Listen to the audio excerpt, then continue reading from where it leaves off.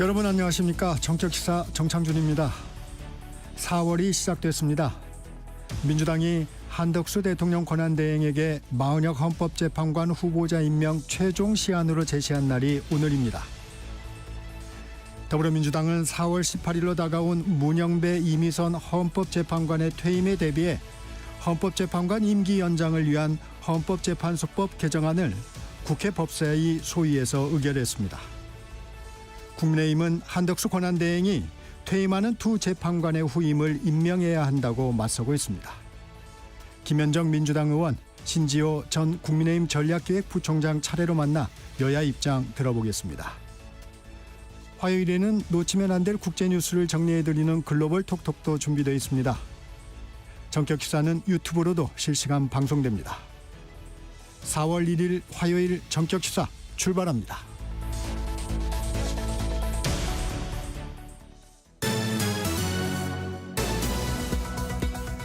뉴스브리핑 시작합니다. 세계일보 이현미 기자와 함께합니다. 안녕하세요. 안녕하세요.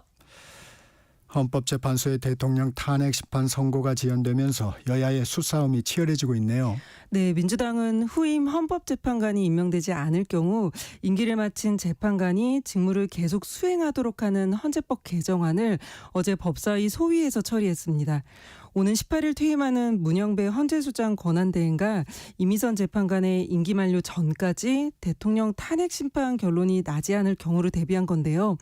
국민의힘은 재판관 임기가 6년으로 헌법에 규정된 점을 강조하면서 헌법을 일반법처럼 마음대로 바꿀 거면 개헌을 왜 하느냐, 위헌이자 의회 독재라고 비판했고, 네. 민주당은 독일과 프랑스는 후임자를 임명할 때까지 직무를 수행하게 법으로 돼 있다고 맞섰습니다. 야당의 헌재법 개정안에는 기존 재판관 임기를 연장하는 내용뿐 아니라 대통령 권한대행은 대통령 추천 몫인 헌법재판관 3명을 임명하지 못하게 하는 내용이 담겼습니다. 또 국회가 선출하거나 대법원장이 지명한 후보자를 대통령이 일주일 이내에 임명하지 않으면 자동으로 임명한 걸로 간주하는 내용도 포함됐습니다. 민주당은 한덕수 권한대행을 재탄핵할 수도 있다는 입장인데요. 국민의힘은 민주당이 그렇게 나오면 퇴임하는 재판관 후임자 지명을 한 권한대행과 협의해 인선 절차를 진행할 거라고 맞섰습니다. 네. 여야 모두 헌재의 빠른 선고를 요청하고 있지만 속내는 다르다고요? 네, 당초 선고 지연에 초점을 맞췄던 국민의힘이 지금은 빨리 선고하라고 요구하고 있는데요. 네. 대통령 탄핵 선고가 늦어지면서 5대3 기각설, 그러니까 파면 요건인 6명 인용해서 1명이 모자란 상태가 아니냐는 추측이 무성하자 조속히 선고하라는 입장으로 돌아섰다는 분석이 나옵니다. 네. 국민의힘 권성동 원내대표는 헌재는 국정 혼란과 불확실성을 정리하기 위해 대통령 탄핵 심판 결과를 조속히 선고해달라고 했고, 장동욱 의원은 헌재가 민주당 눈치를 보고 있다고 주장했습니다. 반대로 민주당 이재명 대표도 윤석열의 복귀는 제2의 계엄이다. 그 엄청난 혼란과 유혈 사태를 어떻게 감당할 수 있겠느냐며 헌재의 빠른 결단을 촉구했습니다. 민주당이 마은혁 헌법재판관 후보자를 임명하라고 요구한 데드라인이 오늘인데 한덕수 권한대행의 입장은 어떤가요? 네, 조금 있다가 열릴 국무회의에서 한 권한대행이 마 후보자 임명 여부를 밝히지는 않을 것으로 알려졌습니다.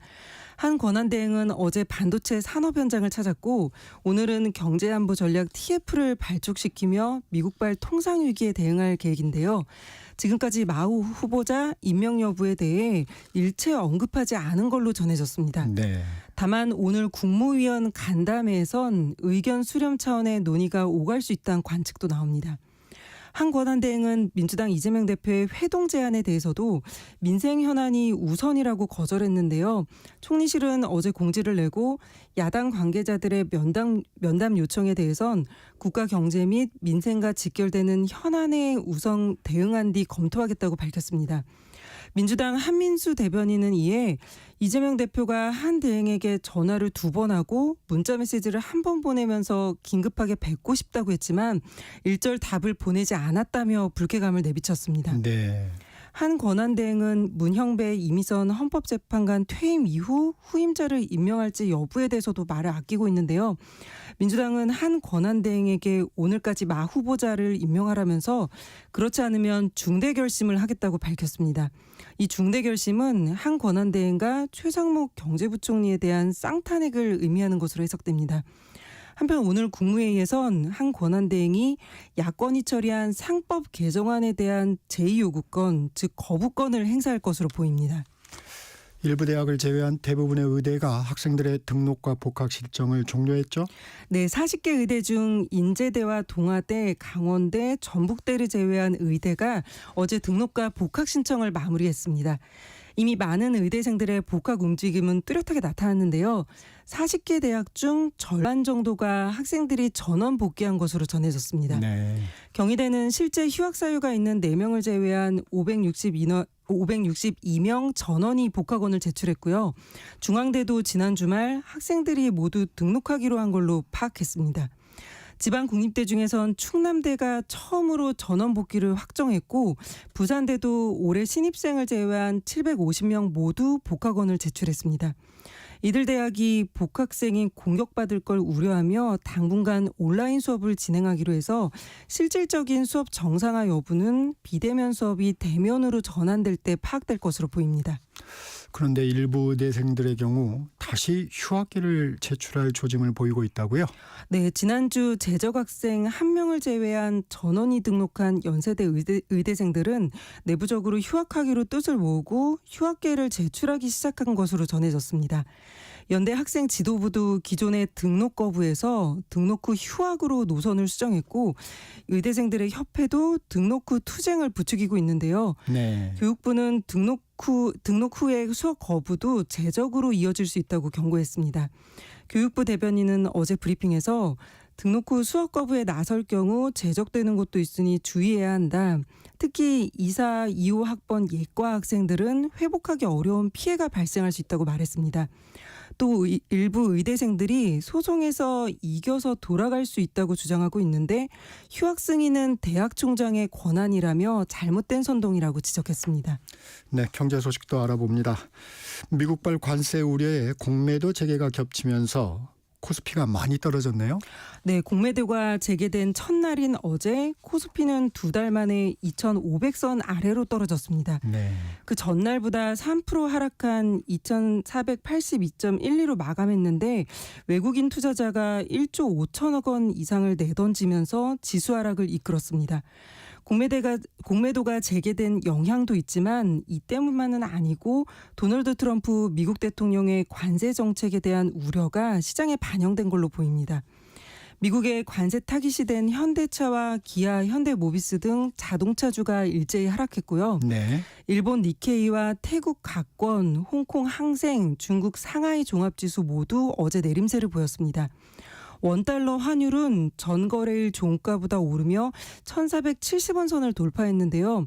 이는 글로벌 금융위기 때인 2009년 3월 이후 16년 만에 가장 높은 수준이었습니다. 네. 트럼프 대통령은 2일 발표할 예정인 상호관세와 관련해 어제 기자들이 15개 정도 나라를 대상으로 먼저 시행하느냐고 묻자 나는 10개에서 15개 나라에 대한 루머를 들은 적 없다. 기본적으로 모든 국가를 대상으로 시작할 것이라고 밝혔습니다. 또 자동차 25% 관세의 재고 여지가 있는지에 대해선 아니라고 일축했습니다. 장제원 전 국민의힘 의원이 어젯밤 숨진 채 발견됐다고요? 네, 장 전 의원은 어제 오후 11시 40분쯤 서울 강동구의 한 건물에서 숨진 채 발견됐습니다. 장 전 의원은 과거에 비서를 성폭행한 혐의로 최근 수사를 받고 있었는데요. 오늘 오전 고소인 측의 기자회견이 예정돼 있었습니다. 네. 고소인 측은 어제 보도자료를 내고 관련 동영상을 경찰에 제출했다고 밝혔고 2015년 사건 당일 고소인이 해바라기 센터를 방문해 상담한 뒤 국립과학수사연구원의 감정을 받았다고 말했습니다. 고소인은 성폭행 사건이 2015년 11월 18일 자정부터 오전 8시 30분 사이 서울 강남의 한 호텔에서 발생했고 경찰에 제출한 동영상은 장 전 의원이 잠든 사이에 증거를 남겨야겠다고 생각해서 촬영했다고 주장했습니다. 10년 전 사건을 뒤늦게 고소한 것에 대해선 장 전 의원이 갖고 있는 막강한 힘에 대한 두려움과 성폭력 신고 이후 맞닥뜨려야 하는 상황에 대한 두려움으로 형사고소를 하지 못한 채 9년간 고통스러운 시간을 보냈다고 말했습니다. 경찰은 지난달 28일 장 전 의원을 소환 조사할 때 DNA 임의 제출을 요청한 것으로 전해졌고요. 네. 장 전 의원 측은 그동안 고소인이 주장하는 성폭행 사실이 전혀 없다고 반박하면서 나흘 전 경찰 소환 조사 때도 혐의를 전면 부인한 것으로 알려졌습니다. 여기까지 듣겠습니다. 뉴스브리핑 세계일보 이현미 기자였습니다. 고맙습니다. 감사합니다. 전격시사 듣고 계신 지금 시각 7시 30분입니다. 이어서 날씨와 교통정보 전해드립니다. 날씨 정보입니다. 오늘 대체로 맑은 가운데 아침에는 조금 쌀쌀했습니다만 이제 낮에는 포근해지겠습니다. 오늘 낮에는 거의 20도에 육박하는 기온을 보일 텐데요. 서울과 전주, 대구 17도, 대전 18도, 강릉은 16도의 기온을 예상하고 있습니다. 그리고 건조특보 해당 지역이 지금 동쪽에 국한되지 않고 광범위합니다. 아직도 산불 위기경보 심각 단계를 유지하고 있는데요. 화재 예방에 신경 쓰셔야겠습니다. 오늘은 맑은 날씨고 내일 점차 흐려져서 늦은 오후에는 전국에 비가 내릴 텐데 비의 양은 5mm 안팎이 되겠습니다. 그리고 오늘 서쪽으로 안개가 짙습니다. 주로 해안가에 계신 분들은 주의하셔야겠습니다. 지금 서울의 기온은 3.5도입니다. 지금까지 날씨 전해드렸고요. 다음은 이 시각 교통 상황 알려드립니다. KBS 교통정보센터의 공인혜 씨입니다. 네, 이 시각 교통정보입니다. 지금 서울 시내에서는 돌발 구간이 있습니다. 올림픽대로 공항 쪽으로 잠실대교 4차로에 고장난 차가 서 있고요. 분당 수서로 청담대교 방향 탄천일교 3차로에서 공사합니다. 고속도로는 수도권 제일순환고속도로 판교에서 일산 가는 길, 장수에서 송내까지 막히고요. 구리에서 판교 쪽으로도 퇴계원 진출로 갓길에서 사고 처리합니다. 경부고속도로 서울 방면 금토분기점에서 밀리고요. 이후로도 달래내에서 반포까지 정체입니다. KBS 교통정보센터였습니다.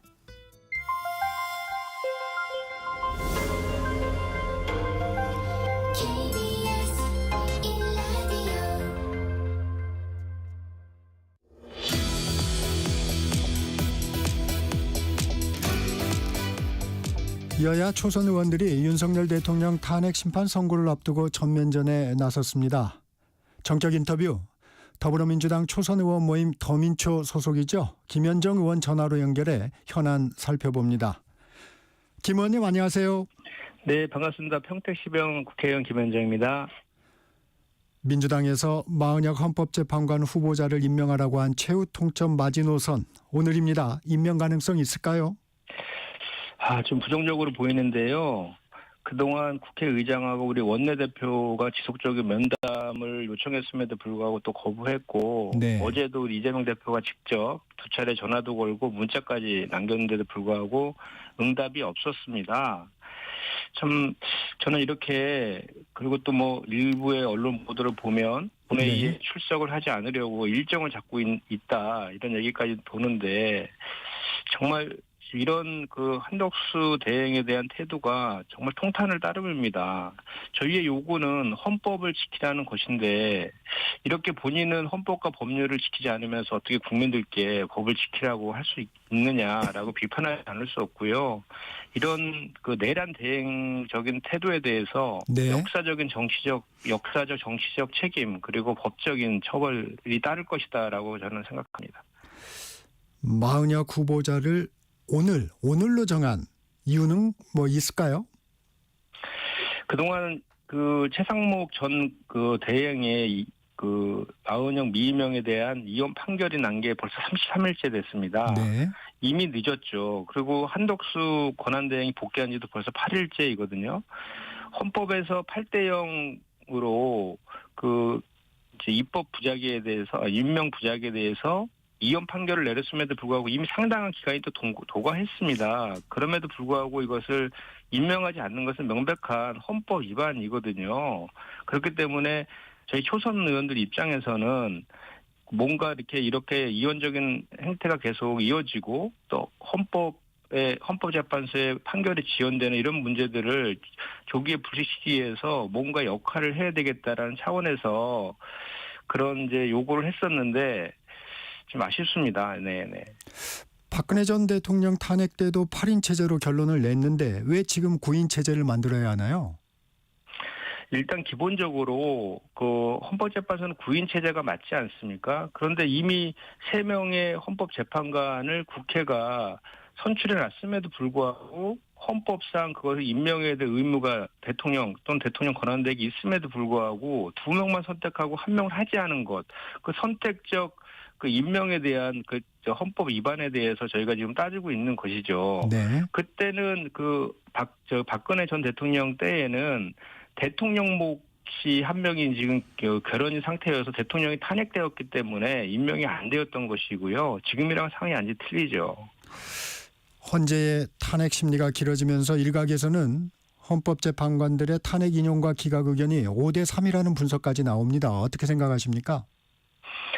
지금 워낙 이제 선고가 지연되다 보니까 각종 이제 억측들이 지금 나오고 있는 그런 상황인데 그 중에 하나이죠. 지금 네. 지연되는 이유가 5대3이라는 것은 그동안 한 번도 5대3으로 판결을 한 적이 없다라고 하지 않습니까? 네. 그럼에도 불구하고 그런 얘기가 나오는 것은 아무래도 지금 이 헌법재판이 너무 지연되고 있는 것에 대한 국민적 불안이 이제 반영된 그런 측면이 좀 있는데 저는 개인적으로 그 5대3에 대한 그 뭐 기각이나 또는 각하 이와 관련된 것들은 그렇진 않을 거라고 저는 생각을 합니다. 네. 그 이제 또 다른 이유들 뭐 예를 들어서 국민의힘이라든지 극우 세력들이라든지 윤석열 측에서 계속해서 재판의 절차적 정당성이라든지 또는 이재명 대표와의 그 균형 등을 계속 시비를 걸면서 했기 때문에 향후에 그 헌법 재판소에서 판결한 이후에 시비거리를 없애기 위해서 그동안 시간을 좀 장고해준 측면이 있다라고 생각을 하는데 지금 상황에서 이 명백하게 전 국민이 지켜본 목도한 이런 계엄군의 국회와 선관위 침탈에 대해서 지각 그 판결문을 쓴다는 그것은 헌법재판소의 존재 이유 자체를 부정하는 것이다라고 저는 생각하기 때문에 그런 일은 없을 것이다라고 저는 고대해 봅니다. 네. 그렇게 판단하고 계시군요.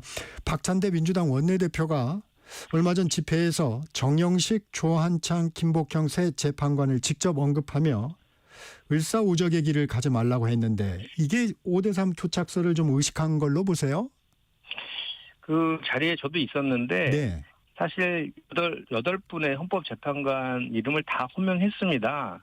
그런데 이제 일각에서 있었던 그동 5대3 이런 것들에 대해서 좀 강조하다 보니까 네. 그 세 분의 이름을 또 이제 좀 더 부각해서 보이는 그런 측면이 좀 있긴 있거든요. 네. 근데 이제 그동안 이제 언론 보도를 통해서 다 저희도 지금 뭐 정확한 정보는 저희가 지금 갖고 있지는 않지 않습니까? 네. 정확한 정보 없는 상태에서 언론에서 난 이제 최악의 그런 그 경우들을 가정해가지고 그런 일이 벌어지면 안 된다라는 일종의 경고라든지 뭐 이런 것들을 표현하는 것이다라고 저는 생각을 하고요. 어제도 저희가 5시 30분에 헌법재판소 앞에서 저희 이제 정무위 법사위원들이 기자회견을 했거든요. 네. 기자회견을 하고 있는데 6시가 되기도 전에 헌법재판관들이 퇴근하고 있더라고요. 그걸 보면서 참 지금 이럴 때가 아닌데 좀 어떡하려고 하냐. 이게 87체제 이후에 만들어진 헌법재판소가 제대로 기능을 하지 않으면 그 존재 이유에 대해서 국민들이 물으실 텐데 왜 이렇게 무책임한 태도를 보이는지 정말 안타까웠습니다. 6시 이전에 재판관들이 퇴근을 했던 모양이군요. 네, 차를 타고 나가더라고요. 예. 네. 민주당에서는 후임이 임명되지 않은 헌법재판관의 임기를 연장하고 대통령 권한대행의 대통령목 헌법재판관 임명권을 제한하는 헌법재판소법 개정안 국회 법제사법위원회 소위에서 통과시켰습니다. 이 실효성이 있을까요?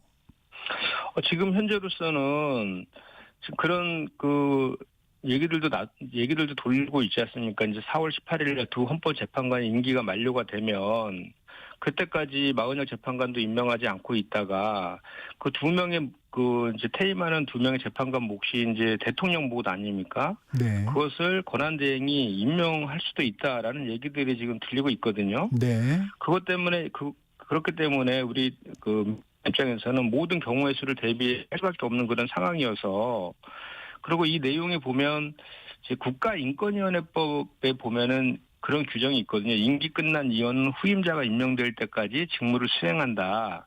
이렇게 되어 있어요. 그래서 근데 이제 국가인권위원회 같은 경우는 임기를 이제 법률에서 규정하고 있어서 네. 있는데 헌법재판관은 이제 헌법에 6년으로 되어 있지 않습니까? 그렇죠. 그렇기 때문에 이걸 법률로 하는 것은 좀 이원이다라는 주장도 있더라고요. 네. 근데 그렇진 않고요. 우리 헌법 제 112조 1항에 보면 헌법재판관의 임기는 6년으로 하며 법률이 정하는 바에 의하여 연임이 가능하다 이렇게 되어 있어요. 네. 법률에 정하는 바에 따라서 연임이 가능하기 때문에 법률로 후임자가 임명될 때까지 연장하는 것도 가능하다고 해석하는 게 맞고요. 그 연임이라는 부분을 그렇게 해석하시는군요. 네, 그렇습니다. 그리고 이제 후임자가 임명될 때까지 그 직무를 수행한다. 이 경우 연임된 것으로 본다. 이렇게 하면은 그 이원 시비는 이제 해소가 되는 것이고 사실 저도 작년 12월 달에 제가 이 법안을 저도 대표 발의한 그 의원이거든요. 네. 그때도 이런 법률 검토를 다 거쳤는데 이원 시비는 없다라고 해서 제가 발의한 바가 있고 이 법안은 지난 20대에도 한번 발의됐다가 폐기된 적도 있습니다. 네. 지금 상황에서는 저희 더불어민주당 입장에서는 이런 준비들도 할 수밖에 없는 그런 상황입니다. 4월 18일을 넘길 가능성도 염두에 둔다는 얘기시군요. 그렇습니다. 이 한덕수 권한대행이 대통령 지명 모신 이 두 재판관의 후임 지명 요청할 수 있다는 국민의힘의 주장은 어떻습니까?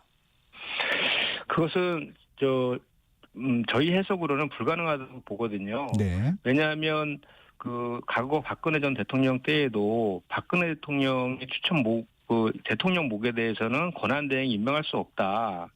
그리고 왜냐하면 권한대행 같은 경우는 현상 유지를 할 수 있는 그런 것들에 대한 그 권한만 있다라고 해석하는 것이 대부분의 헌법학자들과 전문가들의 해석 아닙니까?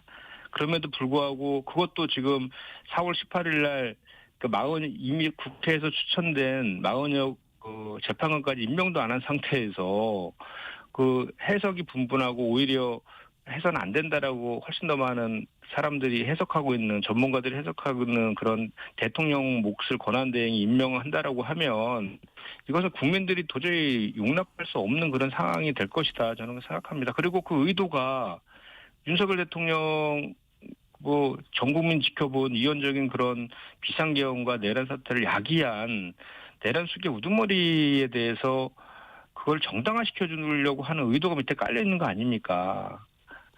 저는 지금 이런 상황에 대해서 윤석열 대통령이 구속 취소 지금 된 것도 국민들의 공분을 사고 있는데 이걸 어떻게 기각이나 각하를 시킨다는 것 자체가 상상을 할 수는 저는 없거든요. 근데 그런 의도가 깔린 그런 논의들을 여당에서 이렇게 정부한테 제안을 했다라는 그 보도를 보고 깜짝 놀랐습니다. 국민의힘도 계엄은 잘못됐다고 했지 않습니까?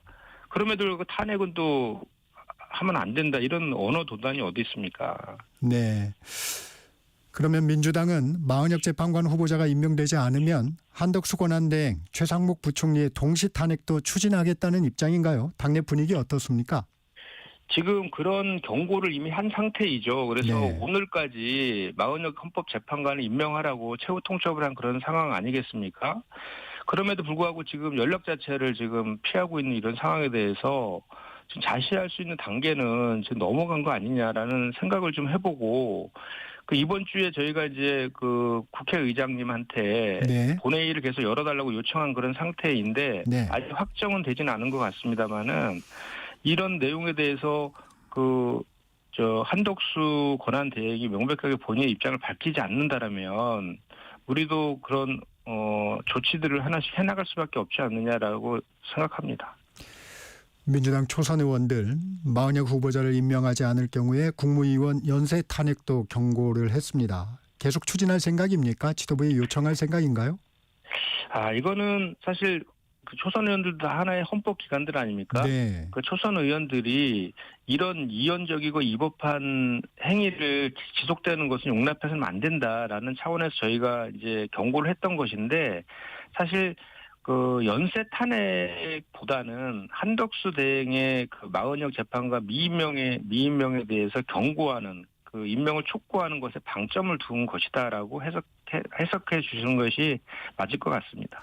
그러면 지도부가 다 선을 긋고 있는데 독자적인 행동이라는 말씀이신 거죠?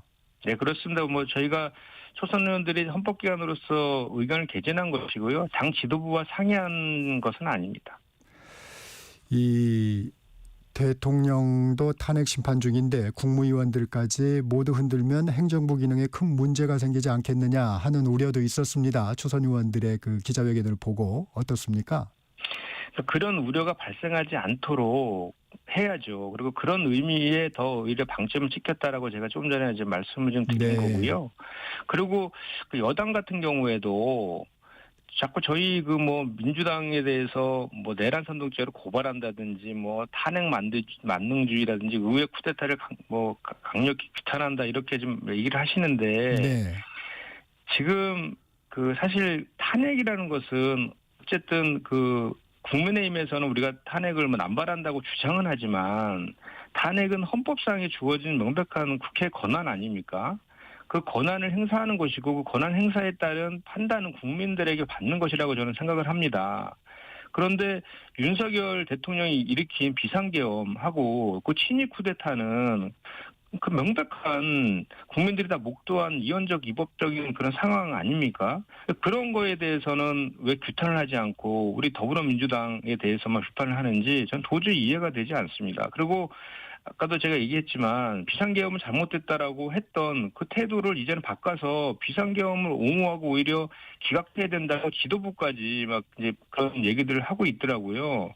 정말 이런 현실이 정말 이렇게 가서는 정말 그러지 않아도 지금 대한민국 경제라든지 뭐 외교적인 측면에서 리스크들이 엄청 커지고 있는데 하루빨리 정치적 불확실성을 해소해야 되는 그런 의무를 지닌 정치권에서 이렇게 직무를 방임하고 있는 것은 정말 안타까운 현실이다. 이런 지적을 하지 않을 수 없습니다.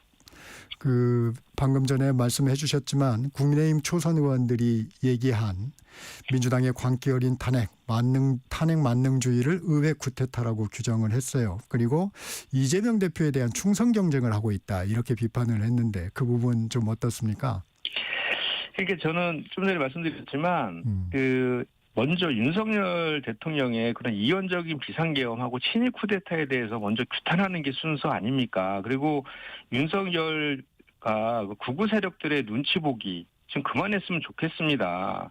저희가 무슨 이재명 대표에 대한 충성 경쟁을 합니까? 저희는 지금 전 국민이 목도한 이원적인 그 상황, 이 상황을 빨리 헌재의 그 조속한 선고를 통해서 일상을 회복하고 국정을 안정시키려는 쪽에 그 국회 역할을 해야 되는데 지금 어떻게 된 게 지금 그 비상계엄을 옹호하고 또 내정까지 극우 세력들이 주장하고 있는 것에 대해서 같이 동조를 하는 그런 모습 공당에서 보일 수 있는지 이해를 할 수가 없습니다. 특히나 같은 여야를 떠나서 초선 의원들 같은 경우에는 그래도 덜 그 정치권의 그 때가 덜 묻고 국민들의 입장에서 현장의 현장의 그런 그 느낌들, 정서들을 더 오히려 국회에 전달을 하고 그런 관점에서 더 좀 결기 있게 움직여야 되는 게 초선들의 또 그런 존재 이유이기도 하지 않습니까? 네. 근데 어떻게 이렇게 여당의 초선들께서는 똑같은 그런 윤석열 측과 극우 세력들 같은 인식을 갖고 있는지 좀 안타깝습니다. 그 국민의힘에서 내란 선동죄로 초선 의원들을 고발한 부분 어떻게 대응하시겠습니까? 정말 적반하장이고 후원무치인데요. 뭐 저희가 뭐 김어준 씨의 지령을 받고 뭐 이재명의 승인을 받았다 이렇게 해서 그 주장을 하던데 이건 명백한 허위 사실이지 않습니까? 그리고 저희 그 초선 의원들이 헌법기관인데 그 헌법기관을 무시한 것이기도 하고 다시 한번 말씀드리지만 내란을 일으킨 것은 윤석열이지 저희 그 더불어민주당의 초선 의원들이 아닙니다. 그래서 그 윤석열을 계속해서 윤석열 대통령을 옹호하고 내전을 선동하고 탄핵의 기각과 각하를 요구하고 있는 그 권성동 원내대표를 비롯한 국민의힘 의원들이 오히려 그 내란 선동하고 있는 것 아닙니까? 이와 관련돼서 명백한 허위사실로 고발한 거에 대해서 우리 더민초 의원들도 그거에 대한 법적인 조치를 할 수밖에 없는 상황 아니냐 이렇게 생각합니다. 윤 대통령 선고 관련 얘기 짚어보겠습니다. 국민의힘에서도 헌법재판소에 조속한 선고를 촉구하고 있습니다. 그동안은 좀 신중한 판단을 요구했는데 여당의 기류 변화는 어떻게 분석하십니까? 저는 그게 진심이길 진짜 바랍니다. 그래서 헌법재판이 빨리 조속히 마무리되어야 되지 않겠습니까? 그런데 이제 또 그것이 혹시라도 정략적인 또 정치적인 그 수사가 담겨 있는 그런 것이 아니기를 바라고요. 여야 간에 똑같은 내용에서 우리가 민주당에서 그러면 그런 게 진정성이 있다라고 하면 민주당에서 헌재의 신속 그 선고 촉구 결의안도 본회의에서 통과하자고 지금 하고 있는데 그런 것들도 좀 같이 함으로 인해서 헌법재판소가 부담 없이 정치권 눈치 보지 않고 그 조속한 선고를 할 수 있도록 그런 기반들을 만들어가는 실질적인 행동들도 같이 했으면 좋겠다 이 말씀 드립니다. 국민의힘에서 기각과 각하 가능성이 높아졌다 이런 판단을 하고 있는 건 아닌가요? 일각에서 그런 시각도 있는데 저는 저도 이제 나름대로 그 주변에 네.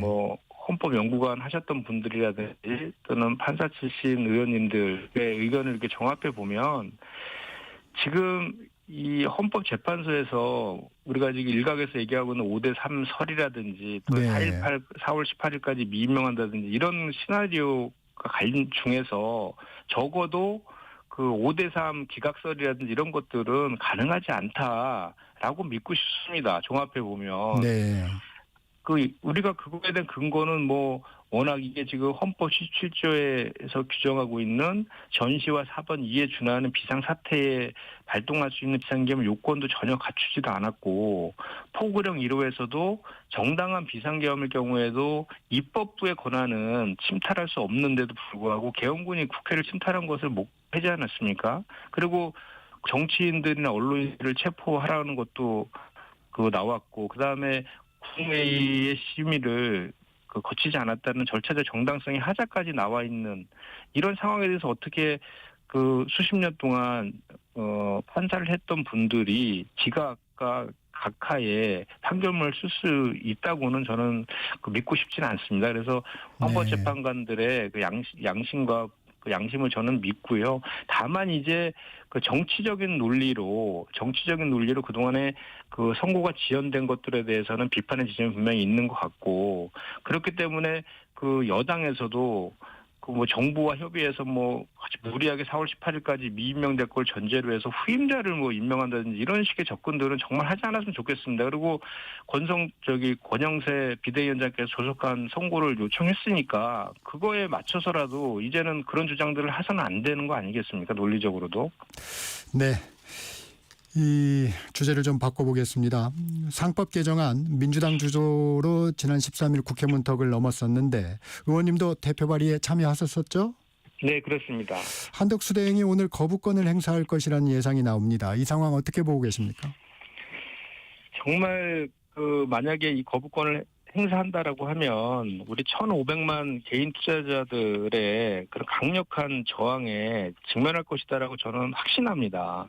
왜냐하면 이 상법 개정에 대해서는 그동안 윤석열 대통령하고 최상목 권한대행 그리고 한동훈 전 대표까지도 다 찬성을 했었고요. 지금 현재 금감원장 같은 경우에도 거부권을 행사하면 직을 걸고 맞겠다라고까지 얘기하고 있는 이런 상황이거든요. 네. 그런 태도를 취하던 정부가 재계에서 반대하니까 갑자기 태도를 바꿔서 지금 재계에서 경제파일 단체장들이 거부권을 요청하니까 그런 형식을 빌어갖고 지금 거부권을 행사하려고 하는 움직임을 보이고 있는데 저는 정말 그러면 안 된다고 생각합니다. 그리고 한덕수 대행이 경제부총리 출신 아닙니까?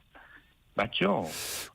그런 사람이 지금 현재 이 상법의 개정의 주요 내용이 이사의 충실 의무를 회사에서 주주까지 확대하는 거잖아요. 네. 그런데 바로 이런 편법적 지배구조 개편이라든지 이런 것들, 편법적인 경영권 승계라든지 이런 것들을 위해서 소액주주들에게 피해 주는 방식 때문에 한국 주식이 저평가되고 있다라는 것이 MSCI나 OECD의 진단인데 바로 그런 것들이 계속 지속돼 왔단 말입니다. 그런데 어제 또 어디 언론 보도에 나와 있지만 하나의 김승현 회장이 지분 절반을 새아들에게 증여했다는 공시가 나왔어요.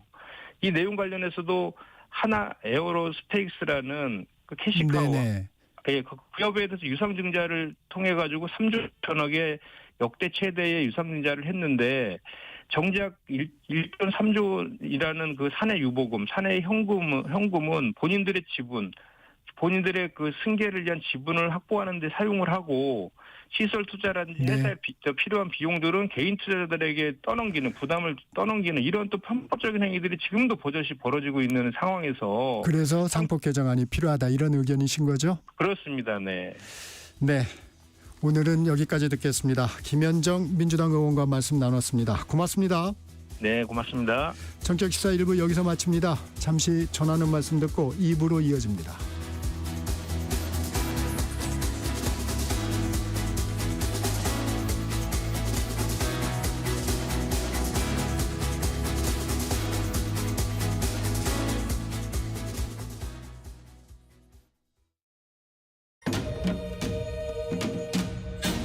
광복 80년 KBS 라디오 캠페인 밸류업 대한민국.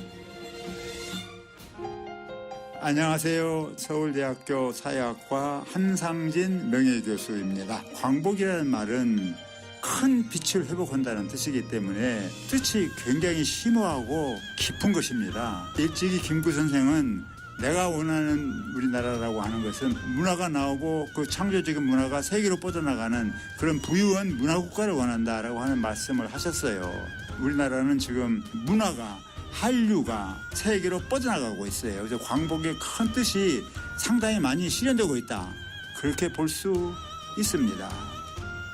그리고 이렇게 된 데에는 무엇보다도 자유로운 젊은 세대가 등장했다고 하는 것이 중요해요. 창의적인 활동을 할 수 있는 사회가 된 거예요. 이렇게 젊은 세대들이 우리나라의 성장해서 지금 우리나라를 끌고 가고 있습니다. 그런데 우리가 꼭 완성시켜야 될 부분이 있다고 하면은 이 통일된 자유민주주의 국가를 만드는 것이 과제가 아니겠느냐. 우리 꿈은 무엇입니까? 우리 꿈은 광복에 있습니다. 그 광복이 지금 미완성이고 광복은 세계를 향해서 나아가는 우리 민족의 고유한 역량을 이미 그 안에 함축하고 있는 개념이에요. 광복이 안고 있는 풍부한 의미가 뭐고 우리 민족이 스스로에게 부여한 역사적인 과제와 소명이 있다고 하면 그게 뭔가 이걸 우리가 밝혀서 동아시아뿐만이 아니라 세계를 향해서 한국의 역량이 민주주의에서 또는 한류를 통해서 젊은 세대들이 중심이 되어가지고 세계로 뻗어나가는 100년 후가 되어야 된다고 생각합니다. 광복 80년 우리가 가야 할 길을 묻습니다. KBS 라디오 캠페인 밸류업 대한민국이었습니다.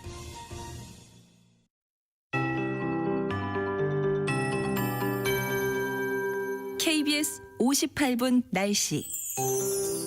요즘 대기 활동이 안정적이라 바람은 잠잠해졌지만 건조함은 여전합니다. 동쪽을 위시해서 전국 곳곳에 건조특보가 발효 중인 가운데 산불 위기경보가 심각 단계를 유지하고 있습니다. 산불 등 화재 예방에 신경 써주시기 바랍니다. 오늘 맑은 날씨가 이어지겠습니다. 낮에는 매우 포근하겠습니다. 어제보다도 기온이 오를 텐데요. 미세먼지 상황이 좋지 않겠습니다. 현재도 서울 등 수도권 지금 나쁨 단계를 보이고 있는데 오늘 이렇게 중서부 지역을 중심으로 대기가 탁하겠고요. 밤에는 국외 미세먼지가 추가로 유입되면서 남서쪽 지역으로 공기가 혼탁해지겠습니다. 참고하시기 바랍니다. 오늘 맑은 날씨 속에서 일교차가 15도 안팎으로 크게 나겠습니다. 아침에는 쌀쌀해서 오늘에 이어서 내일까지도 새벽에 서리가 내리거나 얼음이 얼 가능성이 있습니다. 그리고 큰 일교차에 건강관리 잘하시기 바랍니다. 낮 기온 서울, 전주, 대구 17도, 강릉 16도, 대전은 18도로 예상되고요.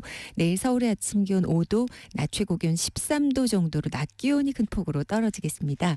오늘 아침까지는 인천과 경기 서부, 충청, 호남 주로 서쪽 지역으로 안개가 짙기 때문에 감속 운행하셔야겠습니다. 지금 서울의 기온은 4.8도입니다. KBS 58분 날씨 강혜종입니다.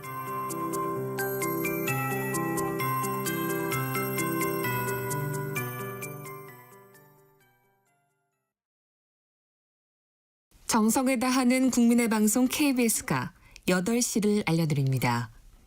AM 711kHz, FM 97.3MHz, KBS 1라디오입니다. HLKA.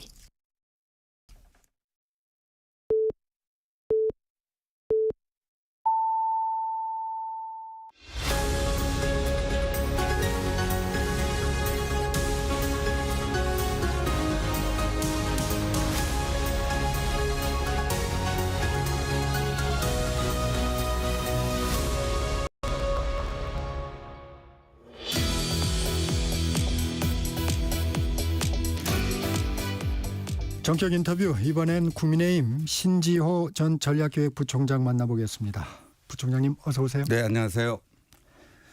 먼저 여당 상황부터 좀 살펴보겠습니다. 국민의힘 박정훈 의원 친한계로 분류가 되는데 보수 갈등은 이재명 집권의 자양분이라며 친윤, 친한 간의 단합을 촉구했습니다. 어떤 배경으로 보십니까? 그건 뭐 원론적인 얘기고 반드시 지켜야 될 그건데 우리가 2017년 박근혜 대통령 탄핵 때도 보면요. 보수가 분열을 했습니다. 그 당시에요. 5명 정도의 후보들이 조기 대선에 출전을 했습니다. 네. 문재인 후보가 있고요. 그다음에 홍준표 후보, 안철수 후보, 유승민 후보, 그랬죠. 심상정 후보. 네. 그런데 지금 홍준표, 안철수, 유승민 이 세 분은 국민의힘에 다 들어와 있잖아요. 네. 근데 그 세 후보의 득표율을 합친 게 문재인 플러스 심상정보다 높습니다. 그랬죠. 아, 네. 그러니까 그때 박근혜 대통령이 파면은 됐어도 그 중도 보수가 분열을 안 했으면 이길 수도 있지 않았는가. 그런 그 교훈을 우리가 얻을 수가 있거든요. 네. 아, 그런 차원의 이재명 대표의 어떤 그 이재명 대표를 이길 수 있는 네. 카드는 단합밖에 없다. 그렇죠. 네. 그 국민의힘 율사 출신 의원들 대법원을 향해서 민주당 이재명 대표의 공직선거법 상고심에 대해 파기 자판을 주장하고 있습니다. 이 파기 자판, 그러니까 하급심으로 돌려보내지 말고 직접 판결하라는 거죠. 네. 왜 이 같은 주장을 하는 건가요? 아, 그러니까 이제 항소심에서 무죄 판결 난 거에 대해서 이제 굉장히 당혹스러워하는 게 사실이고요. 그리고 뭐 그거를 해결할 수 있는 방법이 이제 파기 자판이다. 뭐 이렇게 생각들을 하는 것 같아요.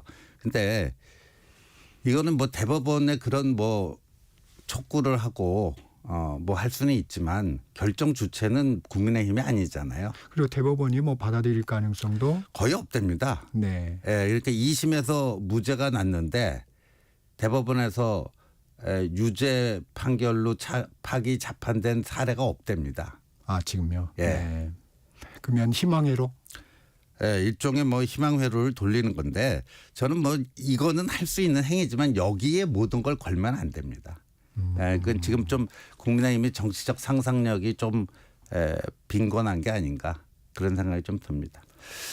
그러니까 앞으로의 국민의힘이 이재명 대표의 사법 리스크 공세에 집중하는 것보다는 좀 다른 방향으로 가야 된다 이런 그렇죠. 뜻인가요? 그러니까 뭐 지금 국민의힘 지도부는 윤석열 대통령의 직무 복귀를 원하지만 모든 게 뭐 본인들 뜻대로만 희망대로만 되는 건 아니잖아요. 설령 그게 안 되고 조기 대선이 이루어지더라도 이재명 대표를 이길 수 있는 그럼 또 비장의 카드와 전략을 세우고 그걸 가지고 정정당당하게 승부할 생각을 해야지 자꾸만 뭐 대법원에 이런 거 촉구하고 거기에 너무 힘을 집중하고 하는 것은 정치인으로서는 좀 제대로 된 전략이 아니다 이렇게 봅니다. 이게 지금 윤 대통령 탄핵 심판 선고가 좀 지연되고 있지 않습니까? 이러다 보니까 이 대법원 선고가 혹시 만약에 조기 대선 상황이 오더라도 그 기간 안에 나올 수도 있지 않을까 하는 생각들도 좀 하는 것 같아요. 그래서 저는 법조인이 아니라서 그런데요. 그 법률가들 얘기 들어보면 네. 대법원에서 2심 판결이 잘못됐다 하더라도 파기 환송을 하지 파기 자판은 안 할 것이다. 이런 얘기들을 합니다. 그렇게 되면 어차피 다시 또 시일이 걸리는 그렇죠. 상황이고 예. 네, 최종 결과는 그러니까 어차피 그 이제 유죄 취지의 파기 환송을 하게 될 경우에 글쎄요, 이제 헌재 판결이 선거가 어떻게 나오고 조기 대선이 어떻게 잡힐지 모르겠지만 너무 그러니까 거기에 목매는 이런 전략은 좀 그렇다 하는 말씀입니다. 국민의힘에서도 헌법재판소의 탄핵심판 선고 좀 조속히 해달라 네. 이렇게 하고 있어요. 그동안은 좀 국민의힘에서는 좀 신중한 판단하면서 좀 선고에 어떻게 보면 좀 지연되는 걸 좀 바랬었는데 이러한 입장 변화 어떻게 보십니까?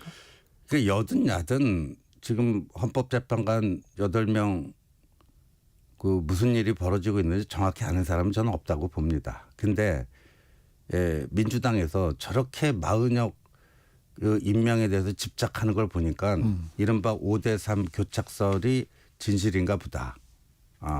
하니까 그렇다면 빨리 해달라 뭐 이런 거 아니겠습니까? 근데 정확한 정보들은 확실히 없는 거죠. 그렇죠. 예. 민주당 이재명 대표 공직선거법 항소심 무죄로 이제 국민의힘 입장에서는 앞으로 어떤 식으로 좀 전략을 꾸려가야 될까? 아까 일단을 좀 말씀하셨는데 다시 한번 좀 정리를 해 주시면 어떻습니까? 그러니까 이재명 그 대표의 사법 리스크는 그거는 이제 그 사법 당국에서 처리할 문제고 국민의힘은 정당 아닙니까?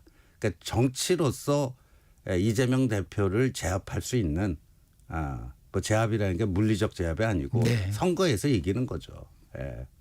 그러면 정책이라든가 이런 부분에 발굴해서 그렇죠. 국민들한테 자꾸 선보이고 이런 말씀을 하시는 건가요? 그렇죠. 요새 뭐 화두가 뭐 AI 혁명이고 이재명 대표도 얼마 전에 뭐 그런 뭐 대담도 하고 그러지 않았습니까? 그런데 이재명 대표가요 지난 대선 때 신재생 에너지로 100%를 채워야 된다. RE100이라는 걸 들고 나왔거든요. 네. 이 AI 혁명 시대에 RE100은요 터무니없는 정책이거든요. 그러니까 예를 들면 앞으로의 세계 질서와 국가의 명운은 AI 혁명의 물결에 잘 올라타서 거기서 앞서 나가는가 아니면 뒤처지는가. 그게 결국 그 국가의 어떤 명운을 흥망성쇠를 좌우할 거라고 보는데 그런 AI 혁명 시대에 그 시대착오적인 RE100 이런 정책을 주장하는 사람이 이재명 대표예요. 그럼 그런 거 가지고 치열하게 논쟁을 하고 뭐 그러니까 이게 하나의 예입니다. 네. 예. 그런 식의 것들을 해야 되는데 맨날 뭐 정과 사범이다. 뭐 곧 뭐 큰 집에 들어갈 거다. 뭐 피선거권이 박탈될 거다. 그것만 그 주문하고 있어서는 안 된다. 의제 설정에서 다소 밀리는 측면들이 많이 있었어요. 그리고 그런 또 의제를 정책 의제를 별로 선도하지도 못했던 것 예, 같습니다. 그렇습니다. 그래서 그런 점에서 지금 국민의힘이 이 계엄 이후에요. 좀 심하게 과장해서 얘기하면 좀 머리가 멈춘 것 같아요. 집단적 그 정치적 상상력이 결핍이 되고. 예. 이 민주당은 마은혁 헌법재판관 임명에 전력을 쏟는 분위기입니다. 근데 이게 본인들에게 원죄가 있는 거 아닙니까? 예. 그 국회 추천 그 3명은요. 여당 추천, 야당 추천, 여야 합의 추천 이렇게 돼 왔고 그게 관례였죠. 예, 관례고 한 번도 그게 어겨진 적이 없습니다. 의석수와 무관하게 한 번도 어겨진 게 없어요. 그 관례와 관행 이런 것들은요. 이 관습법이라는 게 있지 않습니까? 그 거의 법에 준하는 건데 그거를 깬 게 민주당이에요. 여야 합의를 여야 합의로 추천하고 그다음에 과거에는요. 이 자당목 추천이라 할지라도 이념적으로 너무 심하게 편파성이 있는 사람들 같은 경우에는요. 반대당에서 지적하면은 교체도 하고 한 사례가 있습니다. 근데 이건 더군다나 여야 합의목이잖아요. 그러면 그거를 조금 더 절제력을 발휘해서 좀 더 인내심을 발휘해서 뭔가 이제 여야 합의로 그걸 만들어냈으면 지금 뭐 국민의힘이 됐던 지금 뭐 권한대행이 됐던 그거를 임명을 거부할 명분이 없잖아요. 그러니까 거부할 명분을 만들어 준 게 민주당이에요. 근데 현실적으로 지금 이제 국회 추천 상황까지 오지 않았습니까? 네. 그러면 지금 뭐 되돌릴 수는 없는 거 아닌가요? 그리고 지금 되돌린다고 해서 그게 무슨 실익이 있을까요? 마은혁 후보자를 만약에 지금 5대3이다라고 가정을 해봐요. 그러니까 한 표가 부족하니까 40역을 긴급 투입해하고 6대3으로 만들어보자 이거 아니에요. 만약 그게 그렇게 된다면 반대 측에서 그걸 승복할 수 있겠어요? 그 이재명 대표가 얼마 전에 그랬잖아요. 지금 뭐 심리적 내전 상태를 넘어서 이제 거의 뭐 물리적 내전으로 갈 수도 있다. 네. 정말 그런 식으로 지금 40역을 긴급 투입해갖고 5대3을 6대3으로 바꿔버린다? 그러면 그 반대편에 있는 사람들이 그걸 승복하고 뭐 할 수 있겠냐고요. 정말 이재명 대표 본인이 그 우려했던 물리적 내전 상태로 갈 수도 있죠. 네. 한덕수 대행 오늘 뭐 국무위원 간담회도 있다고는 하지만 침묵하고 있습니다. 한덕수 대행이 임명할 거라고 보세요? 저는 뭐 안 할 거라고 봅니다. 네. 부총장님은 임명해야 된다고 보세요? 아니면? 이거는요. 여야 합의라고 하는 그 관행을 깬 게 민주당이기 때문에 어차피 지금 들어가서 뭐 한들 그게 제대로 기능할 수가 없어요. 예. 처음부터 이거 뭐 변론 기일도 13차례인가 있고 그런데 지금 뭐 들어가서 뭐 약식으로 뭐 변론 재개하고 뭐 민주당 쪽 사람들 뭐 일주일이면 다 끝날 수 있다 그러는데 그런 식으로 날탕으로 날림으로 해가지고 6대3을 억지로 만들겠다. 그거는 나라를 위해서 바람직하지 않고요. 그러니까 마은혁 후보자는 이제 저는 저 4월 18일 전에 헌재가 저 선고해야 된다고 보고 할 거라고 봅니다. 그게 다 마무리된 다음에 처리해야 된다고 봅니다. 누구도 정확한 정보는 없다고 말씀하셨는데 5대3 교착설에 대해서는 어떤 생각이세요? 전 뭐 알 수가 없죠. 5대3. 그런데 이제 일각에서는 이런 얘기를 해요. 네. 문영배 재판관과 이미선 재판관이 5대3이면 윤석열 대통령 직무 복귀잖아요. 네. 거기에 도장을 찍어주고 퇴임하느니 아예 도장을 안 찍어주고 미결 상태에서 퇴임하는 그런 선택을 할 수가 있다. 지금 민주당도 그런 시나리오를 생각하고 그때 문영배 이미선의 후임을 한덕수 권한대행이 임명하려고 그러면 그때 탄핵을 시키겠다. 뭐 이렇게 으름장을 놓고 있잖아요. 근데 저는 문영배 이미선 재판관이 혹여 그런 케이스를 할지라도요. 무책임하게 도장 안 찍고 나오면요.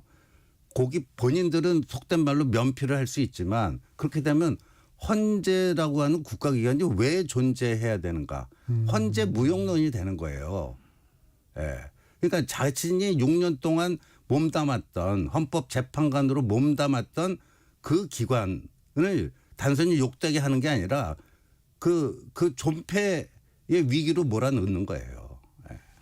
민주당이 그 마지노선으로 정한 마은혁 헌법재판관 임명 최종 시한이 오늘입니다. 네. 오늘이 지나면 한덕수 대행, 최상목 부총리 탄핵에 나설까요? 그건 뭐 이재명 대표 결심하기 나름인데 꼭 반드시 책임을 묻겠다 해서 만약에 그 탄핵을 하잖아요. 그럼 한덕수 총리 또 탄핵이 되고 이어서 최상목 부총리까지 하면 줄 탄핵이 되고 하는 건데 저는 이재명 대표와 민주당이 이 계엄 탄핵 정국의 교훈을 얻었을 줄 알았는데 그게 무슨 얘기냐면 12월 3일 작년 윤석열 대통령의 느닷없는 비상계엄으로 인해서 완전히 이 궁지에 몰리고 집권 세력은 야당이 전국의 주도권을 쥐고 여론 지형도 그렇죠. 그렇게 갔죠. 네. 근데 그걸 뒤바꿔 놓은 게 뭡니까? 12월 27일 한덕수 권한대행 탄핵이었어요. 그건 아주 그 야당 입장에서 보면 치명적인 자충수였고 그게 변곡점이 돼가지고 여야 지지율 역전되는 현상까지 나타났던 거예요. 네. 그러니까 힘은 이 절제력 있는 사람이 힘을 잘 써야지 그 힘이라는 게 의미가 있는데 그런 식으로 막 남용을 하고 근데 그 12월 27일 그 한덕수 탄핵 소추의 교훈으로부터 얻은 게 아무것도 없는 것 같아요. 이렇게 뭐 또 탄핵 얘기 나오는 거 보니까 만약에 오늘까지 안 한다 해서 뭐 이번 주에 그걸 또 탄핵 소추를 하잖아요. 저는 뭐 그걸로 게임 끝이라고 봅니다. 민주당은 자멸의 늪으로 빠져든다고 봅니다. 그렇게 되면 자충수다. 예. 민주당도 알고 있을 텐데요. 여론의 역풍 이런 부분들을 고민하지 않을까요? 그런데 뭐 이른바 그 김어준 씨가 그 본인의 SNS 올린 거 보면 여론의 역풍이 있겠지만 그거보다도 윤 대통령의 직무 복귀만큼 막아야 되니까 여론의 역풍이 불더라도 이거 해야 된다 뭐 그런 얘기들을 하잖아요. 지금 우선순위가. 네. 네.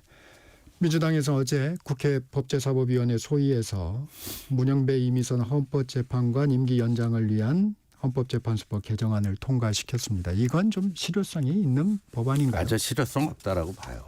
그리고 그 입법이라는 게 정말 그때그때 상황 변화에 따라서 그 필요가 있을 때 이런 식으로 하면요.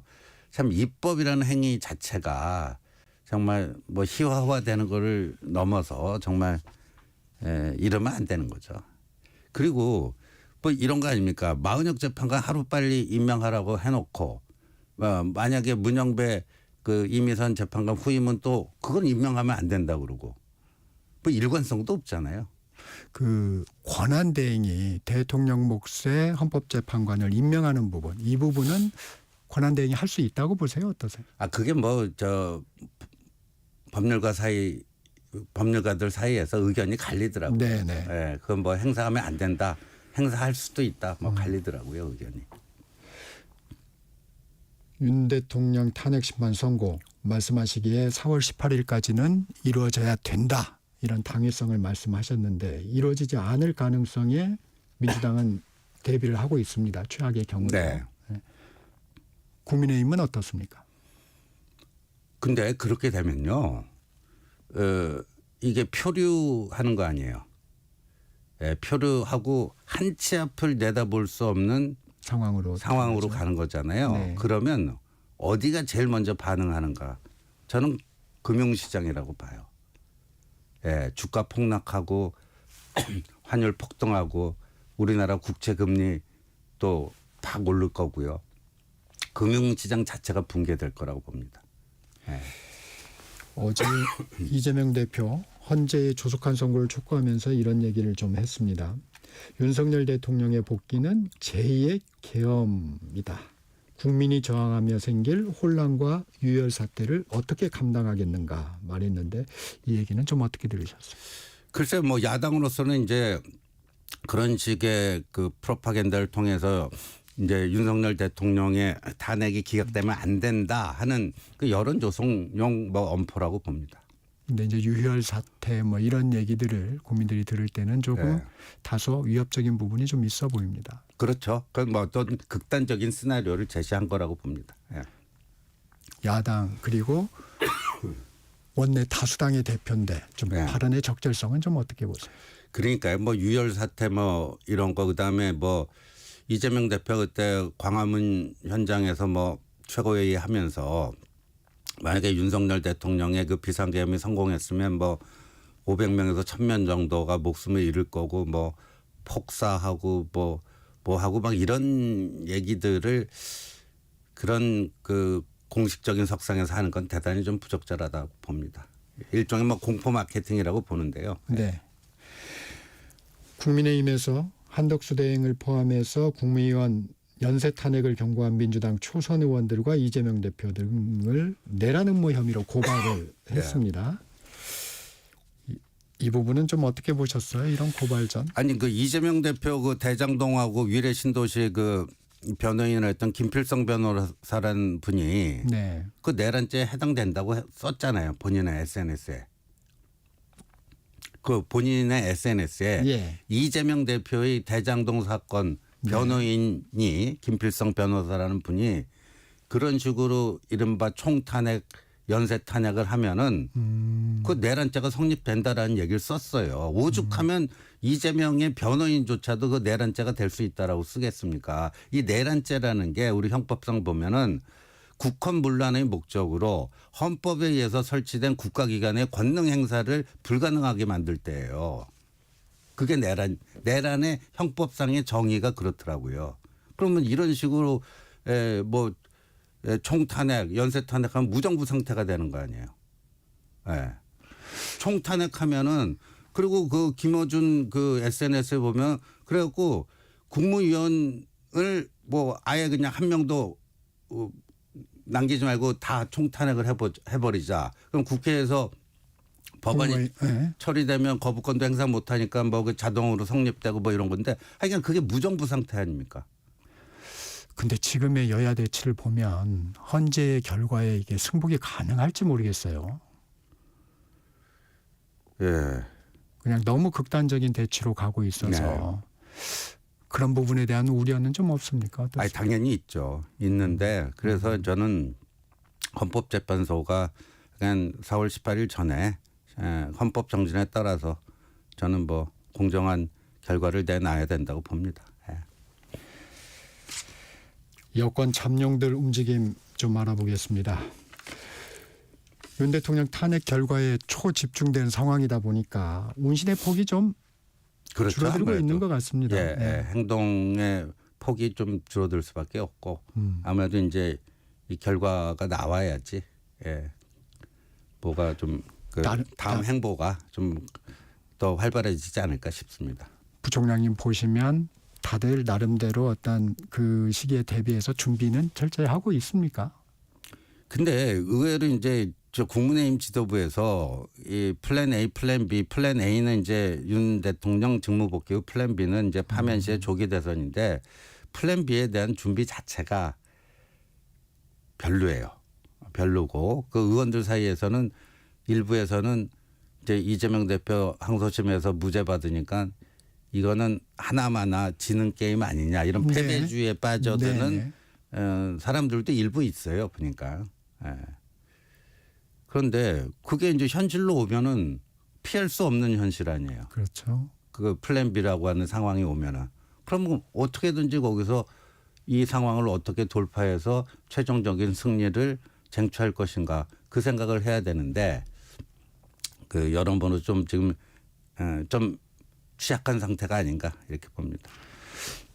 이재명 대표는 이제 항소심 무죄 선고로 사실상 이제 본격적인 행보에 나섰는데 여기 여권의 잠룡들은 보면 아직 이제 출발선에서 한 발을 떼기가 좀 여러 고민들을 하고 있는 것 같습니다. 네, 그렇죠. 그러니까 사실은 윤 대통령이 좀 이렇게 풀어줘야 돼요. 사실은. 계속 그 부분을 좀 강조하셨죠. 예, 근데 그게 좀 안 되다 보니까 이런 교착 상태가 계속 좀 지속이 되는 것 같습니다. 한동훈 전 대표는 좀 어떻게 나름 준비를 하고 있습니까? 뭐 본인 이제 뭐 국가 미래 먹거리 중심으로 해서 여러 가지 콘텐츠들을 뭐 그 준비해 왔고 더 이제 그거를 보강해 나가고 있는 거고 며칠 전에는 그 경북에 그 산불 피해 현장 비공개로 조용하게 갔다 오고 지금은 이제 뭐 헌재 그 선고 결과를 좀 지켜보고 있는 중이죠. 예. 혹시 정책이라든가 이런 부분에 좀 준비하고 있는 부분들이 있나요? 아까 말씀드린 그 AI 혁명과 관련해 가지고 국가 전략을 어떻게 갖고 가야 되는지, 그다음에 뭐 거기에 따른 에너지 정책은 어떻게 가야 되는지. 한동훈 대표는 그 RE100이라고 하는 게 유지되면 AI 혁명에 제대로 우리가 대응할 수가 없다라고 하는 그 확고한 결론을 가지고 있어요. 네. 그리고 그거에 따라서 또 주 52시간 이 노동시간 문제는 어떻게 좀 유연하게 적용을 할 것인지. 그다음에 뭐 등등. 그다음에 이제 이게 블록 경제화가 되고 있잖아요, 지금. 네. 그러니까 AI 그 패권 전쟁이 미중 간에 딥시크 쇼크로 일어나고 있지 않습니까? 그럼 우리는 이제 이 한미일 블록, 그러니까 미국과의 어떤 그 분업 관계를 어떤 식으로 그 가져서 이게 그 블록 경제화 되는 속에 참여를 해야 될 거 아니에요. 예, 그 중국 쪽에 가서 붙을 수는 없잖아요. 중국하고 또 협력할 건 협력해야 되겠지만 이 AI 패권 전쟁에 있어서는 우리는 미국과 한 길을 가야 되는데 그럼 우리가 그런 그 이 밸류 체인이라는 게 있지 않습니까? 그 속에서 어디서 어떠한 역할과 기능을 해서 우리가 그 유의미한 미국으로부터도 일정 정도 대접받고 그 AI 혁명으로 인한 어떤 성과물들을 상당 부분 같이 공유할 수 있게끔 할 수 있는 그 국가 전략이 뭔가 이런 것들을 고민을 해야 되겠죠. 지금 말씀 들어보니까 AI에 많이 어떤 부분에 집중을 좀 하고 계시군요. 네, 그렇습니다. 예. 이 정치개혁 부분에서는 어떻습니까? 그 개헌에 대한 얘기는 이미 좀 나온 게 있고. 예, 나온 게 있고요. 그다음에 이 만약에 그 한동훈 대표는 또 이제 국회 권력도 지금 그 국회 내에서 좀 그 점검 기능이 있도록 하기 위해서는 양원제가 필요하다. 이건 뭐 많은 사람들이 얘기하는데 근데 우리 국민들은 국회의원 숫자 늘리는 거 좋아하지 않거든요. 아, 그렇죠. 그러니까 지금 300명을 그대로 유지하고 250명 지역구 의원들을 하원으로 하고요. 비례대표 50명 정도를 상원으로 해갖고 중대선거구제로 뽑으면 영남에서도 보수당 그 상원 의원이 나오고 저 호남에서도 영남에서도 뭐 진보 쪽 그 이제 상원 의원이 나오고 그리고요. 미국도 탄핵 제도가 있는데 미국은 이렇게 하잖아요. 헌법재판소가 없잖아요. 그러면 탄핵 소추는 하원에서 하고 탄핵 심판은 상원에서 합니다. 근데 대통령이나 부통령이 탄핵 소추의 대상이 될 경우 근데 미국은 상원 의장이 부통령 아닙니까? 네. 그 경우는 대법원장이 그 탄핵 심판의 의장이 됩니다. 그래서 국회에서 시작한 거를 국회에서 매듭을 짓는 거예요. 하원에서 시작한 거를 상원에서 매듭을 져요. 근데 우리도 만약에 그렇게 되면 저는 그렇게 좀 바꾸는 게 좋다고 개인적으로 생각을 해요. 예. 그러니까 지금 막 탄핵 그 남발하잖아요. 줄 탄핵해갖고. 그러니까 헌재 보내고 나면 책임 안 져도 되거든요. 예. 국회 예를 들면 양원제에 대한 생각들도 좀 기존의 양원제하고는 좀 다른 개념들을 좀 네, 생각을 다르고 하고 계시네. 지금 이제 예. 정치의 사법화 뭐 이런 얘기들을 네네. 많이 하잖아요. 그러니까 네. 줄탄핵도 정치의 사법화거든요. 그러니까 국민의힘이 이재명 대표의 사법 리스크에 목매는 것도 정치의 사법화고 이재명 민주당이 이렇게 줄탄핵하는 것도 정치의 사법화예요. 이런 것들을 제도 개선을 통해서 좀 완화시키기 위한 그런 정치개혁도 반드시 필요하다고 봅니다. 김종인 전 국민의힘 비상대책위원장 예전에 가장 경쟁력 있는 후보는 한동훈 전 네. 대표를 지목을 했어요. 지금 여권의 잠룡들 중에 어떻게 보십니까? 좀 그런데 만약에 조기 대선이 이루어진다는 거는 대통령의 비상계엄이 그 파면 사유로 인정됐다라는 거 아닙니까? 그러면 그 계엄을 계몽령이라고 하고 계엄을 옹호하고 이런 후보가 나와서 그게 게임이 되겠습니까? 네. 그 말로 가름이 되는 것 같습니다. 최근 공직자 재산 공개로 최상목 부총리 미국 국채 2억 규모 투자 사실이 좀 알려졌습니다. 민주당에서는 한국 경제 파탄에 베팅한 셈이라고 비판을 했는데 이는 좀 어떻게 보셨어요? 뭐 한국 경제 파탄까지 하는 건 너무 또 지나친 표현 같고 강달러에 베팅을 한 거죠. 근데 강달러라고 하는 건 원화 약세를 의미하는 거 아닙니까? 그래서 좀 예, 그건 부적절한 행위였다고 봅니다. 10조 추경 지금 정부에서 추진하고 있습니다. 이거 네. 다소 민주당에서는 이거 갖고 되겠냐 하는 입장이에요. 그게 작년에 예비비가 4조 8천억이 이제 정부 그 편성안에 있던 거를 그걸 반토막 낸 게 민주당입니다. 2조 4천억으로 반토막을 냈고요. 요번에 이제 산불이 이렇게까지 많이 번진 뭐 3대 요인이 뭐 임도가 뭐 부족했다. 그다음에 그 소나무 그 침엽수 그 수종의 문제도 있다. 그다음에 세 번째가 헬기가 부족했다. 뭐 이건데 근데 그 예비비는 반토막 내놓고 헬기 예산은 증액을 했어야 되는데 그거를 네. 그 야당이 단독 처리하다 보니까 증액은 정부 동의가 있어야 되거든요. 그래서 그 예산도 그렇고 그렇습니다. 야당의 우리 예산안 네. 그 부분이 좀 영향이 있다. 이렇게. 지금까지 국민의힘 신지호 전 전략기획 부총장이었습니다. 고맙습니다. 네, 고맙습니다. 정책시사 2부 여기서 마칩니다. 잠시 후 3부에서 뵙겠습니다.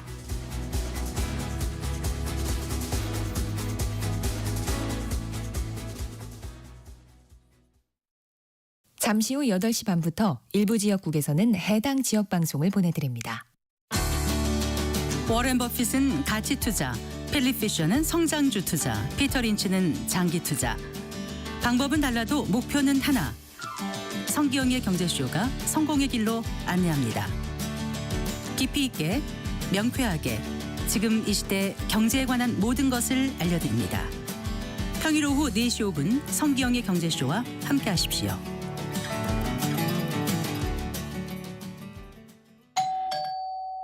편지 왔습니다. 퇴근길 지친 당신에게 힘이 되는 뉴스를 전해드립니다. 매일 저녁 5시 5분 당신과 함께 읽는 세상 이야기 KBS 1라디오 뉴스레터 K. 지금 시각은 8시 30분입니다. KBS.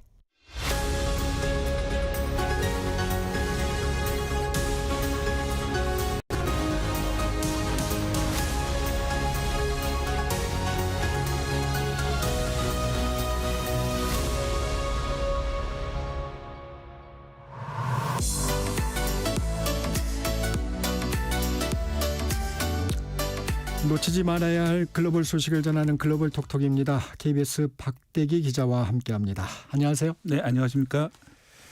오늘은 미얀마 지진 얘기를 좀 해보겠습니다. 아시아에서 100년 만에 발생한 최고 지진 피해로 기록될 전망이라고요? 네, 그렇게 이제 몇 군데에서 언론사에서 헤드라인이 나왔는데요. 네. 저도 이제 정확하게 알아보니까 아직 정확한 피해가 집계가 되지 않았기 때문에 100년 만에 최악의 피해다라는 말은 아직 좀 어폐가 있습니다. 그런데 네. 이 표현이 이제 하늘에서 떨어진 표현은 아니고 어디서 나온 표현인지 찾아보니까요. 국제 적십자사, 정확한 표현으로는 국제 적십자사 친월사 연합이라는 곳이 있는데요. 네. 그곳에 있는 이제 코디네이터가 CNN과 인터뷰에서 이렇게 말을 했습니다. 우리가 미얀마에서 보고 있는 것은 아시아에서 한 세기 넘게 보지 못한 정도의 참사다 이런 말을 했거든요. 그래서 현장 상황을 좀 강조하기 위해서 현장 상황을 잘 알고 있는 마리 말리크 국제 적십자사 연맹 이 미얀마 프로그램 코디네이터가 네. 방송에 출연해서 한 말이 좀 와전이 된 것 같습니다. 다만 이 정도로 얘기하는 이유가 이 지진 지역은 좀 다소 과장은 있겠습니다만은 현재 그 내란이 벌어지고 있는 지역이고 내전이 네. 활발한 지역이기 때문에 정확한 현장 집계가 안 되고 있는 상황입니다. 그래서 최고 피해자가 10만 명까지 발생했을 가능성이 있다라고 지금 알려지고 있고요. 미국 지질국에서 사망자가 1만 명 이상일 확률을 71%, 사망자가 10만 명 이상일 확률도 36%로 봤습니다. 그러니까 지금 현재까지 보도가 되고 있는 것보다 훨씬 더 많은 피해가 있을 가능성이 있고요. 또 문화유산 피해도 큽니다. 해당 지역이 만달레이라고 하는 미얀마 제2의 도시인데요. 네. 미얀마는 다들 알고 계시다시피 불교 국가입니다. 그리고 만달레이는 직전까지 있던 왕조의 수도였고 불교 문화유산 중심지이기 때문에 이 불교 문화유산도 엄청나게 많이 파괴가 된 것으로 알려지고 있습니다. 유서 깊은 사원들이 많은데 사원들이 탑들이 많이 무너졌다 이런 보도가 나오고 있습니다. 왜 이렇게 피해가 좀 컸을까요? 네, 말씀드렸다시피 제2의 도시 만달레이 미얀마 제2 도시가 만달레이인데요. 인구가 120만 명 정도 됩니다. 우리나라 이제 울산보다 큰 그런 도시인데 네. 이번 지진이 이제 규모 7.7의 강진이었는데 불과 그 북서쪽 20km가 진앙 지역입니다. 또 지진 심도도 10km로 낮은 편이었기 때문에 울산급 정도 되는 대도시의 바로 옆에 엄청난 7.7의 지진이 터졌기 때문에 피해가 컸던 거고요. 게다가 이제 이 미얀마는 오랜 내전과 이 빈곤 문제 때문에 내진 설계된 건물이 부족했다 이렇게 알려지고 있습니다. 네. 현재까지 미얀마 군정이 공식적으로 밝힌 사망자는 2,028명이고요. 부상자는 3,408명이라고 8명으로 집계했다고 월스트리트 저널이 보도하고 있습니다. 이 당국이 발표한 거하고 해외에서 보는 피해 왜 이렇게 다른가요? 네, 결국 내전 때문에 제대로 집계가 안 되고 있고 또 군부가 일부 정보를 통제하고 있는 것으로 보입니다. 이 미얀마 내전은 벌써 시작한 지가 만 4년이 넘었습니다. 2001년도에 아웅산 수치 여사 다들 아시죠? 독립영웅 아웅산의 딸인데요. 거기서 이끄는 당이 선거에 승리를 하니까 미얀마 군부가 불복을 하면서 쿠데타를 통해서 정권을 장악한 상황인데요. 현재 4년이 지났지만 혼란이 계속되고 있습니다. 이 군부가 쿠데타 이후에 수도와 제2도시를 비롯해서 국토의 25% 정도를 통제를 하고 있습니다. 네. 전체를 장악한 건 아니군요. 예, 그렇습니다. 이제 민족 무장단체들이 있고 또 민주 세력이 있는데 그쪽이 한 40% 이상을 장악하고 있는 상태이기 때문에 사실 이제 대도시 밖으로 나가면은 거의 무정부 상태가 계속되고 있는 그런 상황이고요. 그러다 보니까 현장 파악이 늦기 때문에 행정력이 미치지 않는 지역이 상당히 많은 것으로 보입니다. 그런데 지진으로 어려움을 겪고 있는 상황에서도 공습을 했다고요? 네, 그렇습니다. 군사 정권이 구조 활동을 벌이는 지역에도 공습을 가했는데요. 현재까지 최소한 3건의 공습이 있었던 것으로 보도가 되고 있습니다. 네. 지난 28일이 지진이 있었던 날이죠. 오후 3시 반쯤에 이 북부 샨주의 나웅초에 공습이 가해져서 이 반군 등 7명이 사망한 사건이 있었는데요. 이 지진이 낮 12시쯤에 발생했기 때문에 불과 3시간이 안 지난 시점에서 이 공습을 가했던 것이죠. 또 이제 반군 단체들 입장을 보면은 북서부 사가잉 지역의 창우 또 태국 국경 인근에도 이 정부군의 공습이 가해졌다 이렇게 전하고 있는데요. 이 사가잉 지역이 바로 이번 강진의 진앙지이기 때문에 피해가 크고 또 상당 부분이 반군 세력이 통제해 있는데 이 지역을 공습을 한 겁니다. 이 반군 세력은 이 지진 피해부터 좀 수습을 하자고 2주간 휴전을 선포를 했는데 네.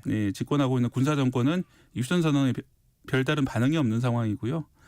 AP통신 보도에 따르면 미얀마 정부군이 반군을 상대로 3차례 정도 공습을 했다 이렇게 밝히고 있고요. 네. 이 군용 전투기 그리고 드론 무인기 공격까지 가하고 있는 그런 상황입니다. 정상적인 상황이라면은 군이 구호를 우선할 텐데 그렇죠. 현재 내전이 얼마나 극심하고 이 군부가 이제 어떻게 보면은 정상적인 사고를 하고 있는 그런 상황이 아니기 때문에 이런 비참한 일이 벌어지고 있는 것으로 보입니다. 말씀하셨지만 미얀마 군부의 행보 이해가 잘 가지 않는데 왜 그러는 걸까요? 네, 지진 구호 활동으로 외국인들이 많이 들어오게 되면은 이 반군 활동에 힘을 실어주는 것이 아니냐. 또 이제 외국에서는 아무래도 이 군부의 불법 쿠데타에 대해서 상당히 반감을 가지고 있기 때문에 그런 것들에 대해서 상당히 많이 우려하고 있는 것으로 보이고요.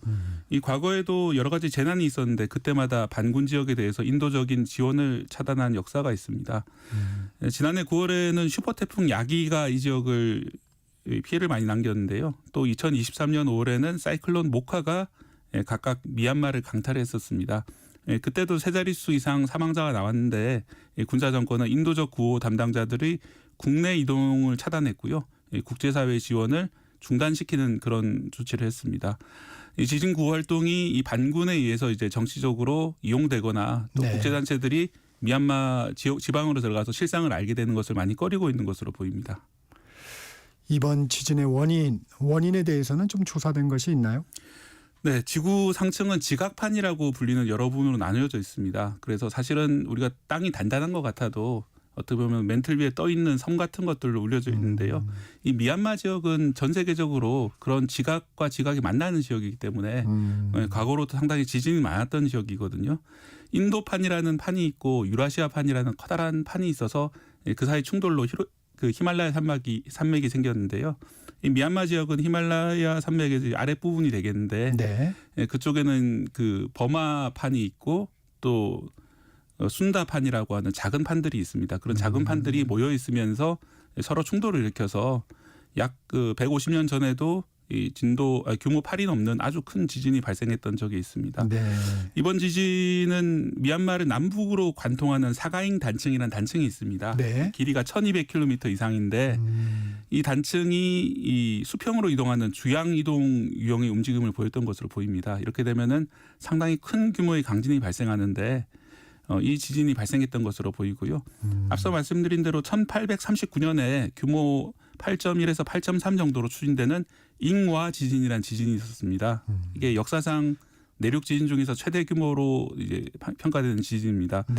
이후에도 1912년도에 규모 7이 넘는 지진이 있었거든요. 그로부터 약 100년 정도 지났는데 지난 100년 동안의 그런 어떤 힘이 모여서 이번에 큰 규모의 지진이 발생했던 것으로 보입니다. 네. 구조 활동은 어떻게 진행되고 있나요? 네, 재난 발생 첫 72시간을 골든타임이라고 부릅니다. 왜냐하면 갇혀 있는 사람들이 생존하는 게 보통 72시간 정도이기 때문에. 그런데 안타깝게도 벌써 72시간이 어제 낮으로 지나갔습니다. 그런데도 불구하고 이제 계속해서 구조 활동은 진행되고 있는 그런 상황이거든요. 현지에서 전해지는 소식들을 보면은 인력과 장비가 부족한 상황이다. 그래서 맨손으로 이 건물 잔해를 파내면서 구조를 하고 있다. 이런 소식이 전해지고 있고요. 또 현지 온도가 40도에 근접한다고 합니다. 남쪽 지역이고 분지 지역이기 때문에 온도가 높은데요. 그래서 어떤 그 생명체가 이제 부패하는 냄새라든지 이런 좀 그런 것들이 많이 퍼져서 좀 참혹한 그런 상황이다 이렇게 전해지고 있습니다. 무너진 아파트 잔해에서 55시간 만에 임신부가 구조가 됐는데요. 네. 결국 이제 신체 일부가 절단이 돼서 사망하는 그런 안타까운 그런 소식도 전해지고 있습니다. 우리 교민 피해는 없나요? 네, 재산상 피해는 많이 있는 것으로 보입니다. 현지에 특히 이제 만달레이 지역에 70명 정도 교민이 체류하고 있었던 것으로 전해지거든요. 그래서 상당수의 집 가옥은 파괴된 것으로 보입니다. 그래서 한 20명 정도가 그 대사관에서 현지 대피소로 마련을 한 그 한인 식당이 있는데 그쪽에 좀 직결해 있는 상황이고요. 그리고 뭐 당연히 전기도 끊기고 물도 끊긴 상황이기 때문에 그러겠죠. 상당히 힘든 그런 상황이라고 합니다. 하지만 다행히 희생자는 없는 것으로 지금 전해지고 있는 그런 상황입니다. 세계 각국에서도 도움의 손길을 내밀고 있죠. 네, 그렇습니다. 현장에 제일 먼저 간 곳은 이제 중국 가까운 곳이니까요. 또 러시아, 벨기에 구조팀이 보인다 이런 소식이 전해지고 있습니다. 다만 미국의 손길은 좀 늦은 것 같습니다. 미국에서 이제 도와주지 않으려는 것은 아닌데 최근에 뭐 다들 알다시피 그 트럼프 행정부가 국제개발처 USAID를 폐지하기로 했습니다. 네. 그래서 좀 여러 가지 혼란이 있는 것으로 보도가 되고 있고요. 하지만 이 USAID 직원 3명이 이 평가팀을 일단 보내기로 했습니다. 하지만 네. 내일까지도 현장에 도착하지 못할 것으로 예상이 되고 있는 그런 상황입니다. 반면에 이제 중국은 만달레이의 구조견 그리고 드론 지진 감지기 등을 갖춘 구조대를 보냈고요. 200억 원 규모의 긴급 구호품 1차분도 비행기로 보낸 것으로 전해지고 있습니다. 또 아시안 외교장관들이 나섰는데요. 네. 의장국인 말레이시아 외교부 장관 주재로 특별 대책회의를 열었고요.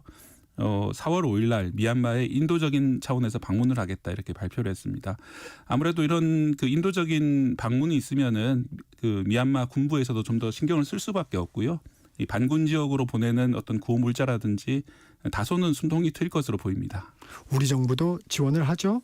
예, 그렇습니다. 우리 정부도 이 사고가 발생한 직후에 30억 원 규모의 지원을 약속했습니다. 하지만 구조대는 과거와 달리 좀 보내지 않았는데요. 지난 그 튀르키예 지진 당시에는 우리나라 구조대가 상당히 열심히 활동을 해가지고 현지에서 좋은 반응을 얻었는데요. 이번에는 좀 조절하고 있는 것 같습니다. 현지 상황이 워낙 상황이 안 좋은 상황이고요. 네. 그리고 이게 지원을 잘못했다가는 이 정부군 그러니까 군사 정부에 의해서 좀 이용될 소지가 있다 이렇게 평가하고 있는 것으로 보입니다. 왜냐하면은 군사 정부에서 이 구조 물자를 이 구조에 쓰는 것이 아니라 군사 활동을 위한 어떤 물자로 쓰는 게 아니냐 이런 우려가 지속적으로 제기돼 왔거든요. 그런 점 감안해 가지고 상당히 좀 소극적인 검토를 하고 있는 것으로 보이는데요. 뭐 그럼에도 불구하고 좀 더 적극적으로 구조 활동에 나서야 되는 게 아니냐 이런 지적도 나오고 있는 그런 상황입니다. 이번 지진 멀리 떨어져 있는 방콕에서도 건물이 무너졌는데 그건 왜 그런 건가요? 네, 그게 좀 상당히 놀라운 일인데요. 왜냐하면은 지진이 발생한 지역하고 방콕은 상당히 먼 지역입니다. 네. 1000km 정도 떨어져 있는 지진인데요. 예를 들어서 지난번 그 동일본 대지진 당시에 우리나라까지 피해가 있지는 않았잖아요. 네. 그런데 사실은 이 1000km로 가면은 동일본 대지진 진앙하고 우리나라 정도의 거리이기 때문에 그렇군요. 상당히 먼 거리인데도 불구하고 이 지진 피해가 발생했기 때문에 좀 여러 가지로 논란이 되고 있는 상황인데요. 이 건설 중이던 33층 건물이 무너졌습니다. 네. 게다가 이 건물은 보통 건물이 아니라 이 태국의 감사원에 해당하는 그런 건물이기 때문에 상당히 신경을 써서 지었을 텐데도 붕괴를 했고 그로 인해서 최소 10명이 숨지고 100명 이상이 실종된 그런 상황입니다. 그래서 왜 이렇게 먼 지역에서도 붕괴가 됐을까에 대해서 여러 가지 전문가들이 논란이 있는 그런 상황입니다. 일단 일본 기상청 쪽에서 나오는 얘기로는 네. 이 장주기 진동 그러니까 먼 곳으로 가는 진동이 발생했을 가능성이 있다라고 보고 있거든요.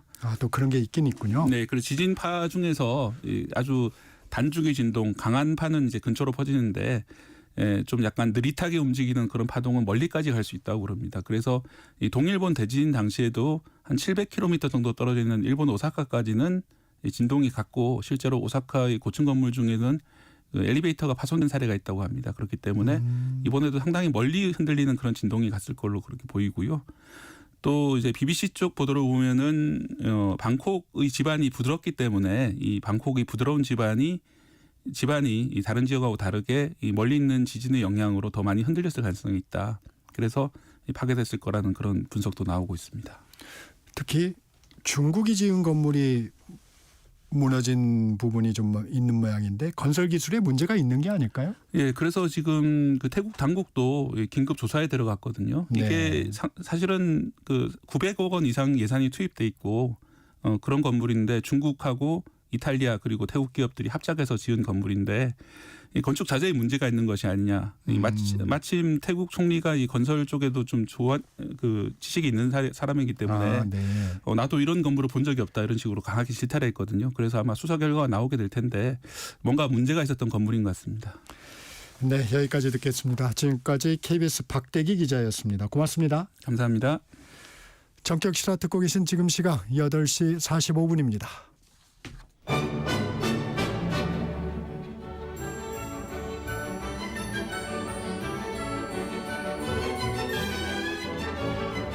KBS 1라디오 정통 시사 프로그램 전격 시사. 정치자의 눈으로 질문하겠습니다. 공정의 가치를 추구합니다.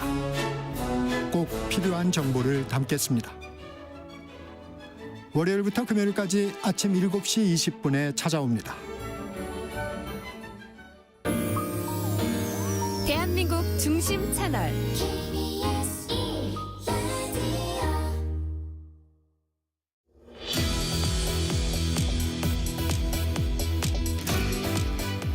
지난해 사회적 이슈가 됐던 배달앱의 중개 수수료 논란 기억하십니까? 정부가 나서서 배달 플랫폼과 입점업체, 자영업자 단체 등을 참여시키는 상생협의체를 만들어 중개 수수료 인하 방안을 내놓으면서 일단락됐었는데 이때 만들어진 상생법안을 지난 2월 말에 배달의 민족부터 시행을 했습니다. 그런데 자영업자들이 다시 반발하고 있습니다. KBS 시사 프로그램 더보다에서 이 문제 취재한 이광열 기자와 함께 자세한 얘기 짚어보겠습니다. 이 기자 안녕하세요. 네, 안녕하세요. 네. 지난해 나온 상생 방안부터 좀 살펴볼까요? 네. 지난해 뭐 많이들 기억하시겠습니다만 이제 배달앱 수수료 너무 많아졌다 이래서 좀 많이 이슈가 됐었잖아요. 한 여름부터 이게 이슈가 됐었는데 이게 시작됐던 거는 배달앱 점유율 1위 업체인 배달의 민족이 6.8%였던 중개 수수료를 9.8%로 올리면서부터 시작된 겁니다. 원래 이제 후발주자였던 쿠팡이츠에서 9.8% 수수료를 쓰고 있었는데 멤버십 회원에 대해서 무료 배달을 이제 자기는 하겠다. 뭐 이렇게 하면서 시장 판도가 좀 변하니까 1위 사업자가 이제 약간 이제 그 쫓기는 마음에 같은 방식의 이제 수수료율과 무료 배달을 이제 적용을 하면서 발생했던 문제였거든요. 상생협의체가 이제 7월 정도에 꾸려졌고 한 4개월 정도의 이제 진통 끝에 상생 방안을 내놨는데 수수료를 일단 9.8%에서 내리는 걸로는 이제 결정을 했습니다. 대신에 이제 상위 35%까지 매출액 기준에 따라서 상위 35% 업주들에게는 7.8%, 그리고 하위 20%까지 이제 중위 그룹에게는 6.8%, 하위 20%에 해당하는 이제 영세한 자영업자들에게는 2%까지 수수료를 낮추는 걸로 차등 적용을 하는 걸로 이제 발표를 했고요. 결국 이제 뭐 많이 버는 자영업자들에게는 조금 더 받고 좀 덜 받는 영세한 자영업자들에게는 좀 덜 받겠다, 수수료를 덜 받겠다, 이런 취지라고 이제 설명을 했었습니다. 그러면 다 좋은 거 아니에요? 네, 그렇게 보이는데 사실 이 상생 방안 안에는 이제 수수료를 내리는 것만 담겨 있지는 않고요. 대신에 업주들이 부담하는 배달비를 정액으로 올리는 게 이제 포함이 되어 있습니다. 그래서 가령 매출 상위 35% 자영업자들 같은 경우에는 각 배달마다 500원씩의 배달비가 더 추가가 되는 상황으로 이 구조가 됐거든요. 그러다 보니까 이제 중개 수수료 인하 효과가 없이 이제 어떤 경우에는 9.8% 수수료를 낼 때보다 더 이윤을 못 남긴다, 이런 이제 얘기들이 나오기 시작하는 겁니다. 취재진이 한번 이제 이런 그 업주들 좀 찾아뵀는데 취재진이 만나봤던 한 중식당 사장님의 경우에는 상생한 이 시행 이전과 이후에 어떤 차이가 있나 좀 비교를 해보시려고 매출액 정산 내역서를 한번 보셨어요. 비교해서 저희한테도 보여주셨는데 똑같은 2,250원짜리 주문에 대해서 수수료는 450원이 내렸는데 배달비가 500원이 올랐기 때문에 오히려 이제 이전보다는 50원이 줄어든 거예요. 그 배달 건에 대해서는. 그래서 이렇게 결국은 이제 수수료를 내려준 것처럼 하면서 배달비를 통해서 더 받는 거는 조삼모사가 아니냐 이렇게까지도 반발하고 계십니다. 그래도 매출이 좀 많은 자영업자들이 좀 더 부담하더라도 영세 자영업자들이 좀 부담을 던다면 그래도 좀 혜택이 있는 거 아닌가요? 네, 배달의 민족 쪽도 이제 이와 관련해서 데이터를 한번 내봤어요. 네. 네, 상생한 직후에 자치적으로 데이터를 분석해봤더니 배달 매출 하위 20% 구간의 경우 영세한 자영업자들 같은 경우는 이전보다 부담이 57% 정도가 줄었다. 중위 그룹은 물론이고 많이 버시는 상위 35%도 자기네가 따져봤을 때는 0.1% 부담이 줄었다. 뭐 사실 뭐 큰 차이는 아니라는 얘기이긴 한데 상위 35%도 어쨌든 줄었다. 그러니까 전체로 보면 다 줄었다 이렇게 이제 얘기를 하시거든요. 그래서 취재진이 이제 뭐 다른 이제 매장도 한번 찾아봤는데 하위 20%에 해당하는 이제 업 주셨어요. 이 부분 같은 경우는 실제로 이전에는 한 4,000원 넘게 나오던 수수료가 2,000원 정도로 내려서 굉장히 큰 도움을 받고 있다. 이렇게 말씀하기도 하셨습니다. 근데 사실 이 자영업자 같은 경우는 배달이 전체 매출에서 한 10% 정도밖에 차지를 하지 않아요. 그러니까 대부분 이제 홀 중심으로 이제 영업을 하시는 분이다 보니까 배달 영업이 이제 그 주력이 아니시거든요. 이런 경우에는 수수료를 차등 적용을 할 때 이 매출 기준이 배달 매출 앱만 배달 앱의 매출 기준이기 때문에 사실은 배달을 약간 가웬일로 하시는 분들 같은 경우는 하위에 포함이 돼서 혜택을 좀 볼 수가 있는 거죠. 오히려 업장이 크고 뭐 네, 그러더라도 그렇습니다. 네. 그렇기 때문에 이제 치킨 전문점 같은 경우 한번 저희가 또 찾아서 말씀 여쭤봤더니 하루에 치킨 4마리 정도만 팔아도 상위 35% 들어간다. 이렇게 또 말씀하시는 경우도 있었습니다. 그러면 그런 분 입장에서는 내가 왜 최상위 구간이냐. 나보다 돈 잘 벌고 업장도 큰 저런 데는 오히려 배달 분량이 적어서 낮으니까 이런 좀 하소연도 나오겠네요. 맞습니다. 그래서 이제 이게 상위 35%라고 하지만 이게 매출이 잘 나가는 곳이냐, 그러니까 역차별 논란 아니냐 이런 얘기도 사실은 나오고 있는 겁니다. 그러니까 말씀드린 것처럼 배달을 많이 하지 않는 분들 같은 경우가 오히려 하위 20% 들어가서 적은 수수료를 혜택을 보고 있고 사실 배달 플랫폼을 가장 많이 쓰는 배달 전문점 같은 경우는 배달의 매출이 높기 때문에 이분들 같은 경우는 뭐 예를 들면 중식이라든가 치킨이라든가 피자라든가 사실 어떻게 보면 영세하다고 볼 수가 있는 업장들이 더 많은 이제 수수료를 내는 구조가 아니냐 이렇게 얘기를 많이 하고 계십니다. 실제로 상생안의 이제 구조가 주민 음식의 객단가가 높아질수록 배달비 부담을 덜 수 있는 구조이기 때문에 이런 얘기들이 나오는 거거든요. 그래서 뭐 배달의 민족 쪽에서도 평균 금액 25,000원 정도의 이상, 그러니까 그 비싼 음식을 팔수록 이게 약간 그 도움이 되는 구조라고 설명을 하고 있는데 그러다 보니까 저렴한 음식, 상대로 서민들이 많이 선호하는 음식들은 대부분 좀 저렴한 음식들 많이 주문을 하시잖아요. 25,000원 이하의 음식을 주문하는 그런 경우에는 이런 상생하는 효과를 보기가 사실은 좀 어려운 그런 구조로도 보입니다. 어떻게 보면 상생안의 좀 사각지대라고 볼 수 있겠네요. 이 제도는 만들어놨지만 좀 더 세부적으로 들여다볼 곳이 있었는데 맞습니다. 그런 부분에 지금 얘기들이 좀 많이 나오는 거군요. 그래서 그런 부분에 대한 보완을 이제 자영업자들이 많이 요구를 하고 있는 것입니다. 네. 그런데 이 소비자들 입장도 한번 따져볼게요. 소비자들은 어차피 플랫폼끼리 경쟁이면 소비자들은 그렇게 뭐 피해를 보거나 이런 건 아니지 않습니까? 네, 그렇습니다. 사실은 이런 플랫폼 간의 경쟁 때문에 이제 배달비도 무료 혜택을 많이 보기도 하시고 네. 또 이제 많은 이제 그 경쟁 체제 속에서 할인 쿠폰들도 많이 날라오고 그러잖아요. 이제 그런 것 때문에 뭐 저 같은 경우도 사실은 앱들 막 비교해가면서 조금 더 저렴한 음식을 주문하고 그렇게 되는 소비자 같은 경우는 사실 이런 경쟁 구도에서는 혜택을 보는 게 맞는 거죠. 맞는 건데 사실 궁극적으로 보면 꼭 그러하느냐 이런 이제 얘기들이 나오는 거죠. 지난해 뭐 아시다시피 물가 많이 오르고 재료비 인상 많이 되면서 음식값이 조금씩 올라갔잖아요. 네. 수수료 부담도 사실은 그런 부분에서 음식값에 이제 반영이 되기 시작한다. 이런 얘기들이 나오고 있는 거고 대표적으로 이중 가격제 얘기가 지금 나오고 있습니다. 지난해 햄버거 프랜차이즈 같은 업체들이 배달 주문하는 음식의 값을 실제 매장에서 먹는 음식값보다 올려받겠다. 실제 공짜로 선언을 하고 시행을 하고 있고요.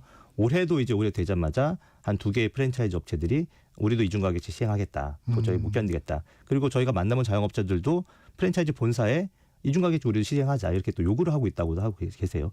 결국 이제 이렇게 수수료 부담이 커지고 자영업자들의 이윤이 줄어들면 결국은 이중가격제를 형태로 통해서 배달비가 올라가는 것이고 무료 배달이라서 배달이 좀 가격이 싸진다고는 하지만 소비자들 입장에서도 결국은 내가 사 먹는 배달 음식에 다 가격이 다 포함되는 경우가 발생하기 때문에 결과적으로는 소비자들 효익이 발생하지 않는다.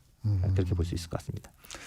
이 문제를 좀 취재하다 보니까 그러면 상생 어떻게 해야 좀 소기의 성과를 거둘 수 있을까요? 네, 이 각자의 입장 차이가 워낙에 크고 이해를 못하는 부분이 너무 많아서 이게 사실 그렇게 쉬운 문제는 아닌 것 같습니다.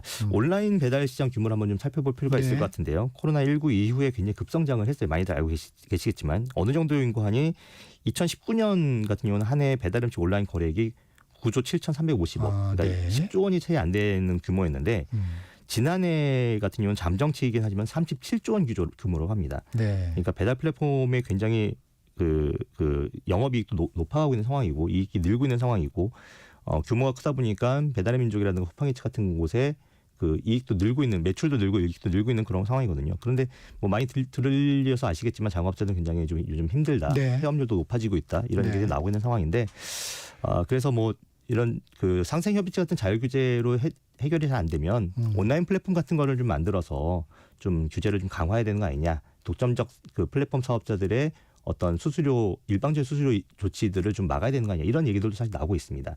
근데 이제 이런 어떤 강제적인 조치에 앞서서 사실은 이제 배달 플랫폼 같은 경우가 이런 자영업자들을 배달 생태계를 구성하는 하나의 구성원, 파트너로 좀 인정을 좀 하고 이런 어려움들을 좀 살피면서 전체의 파이가 커지는 만큼 그 이익이 같이 좀 돌아가는 구조로 좀 생각을 하면 어떨까.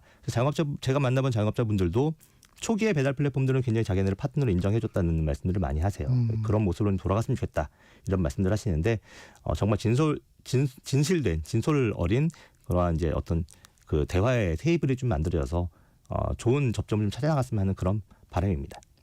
예전에 그것도 있지 않았어요? 그 지자체에서 그래서 어떤 지자체에서 만드는 어떤 배달 플랫폼 공공 배달앱이 있었죠.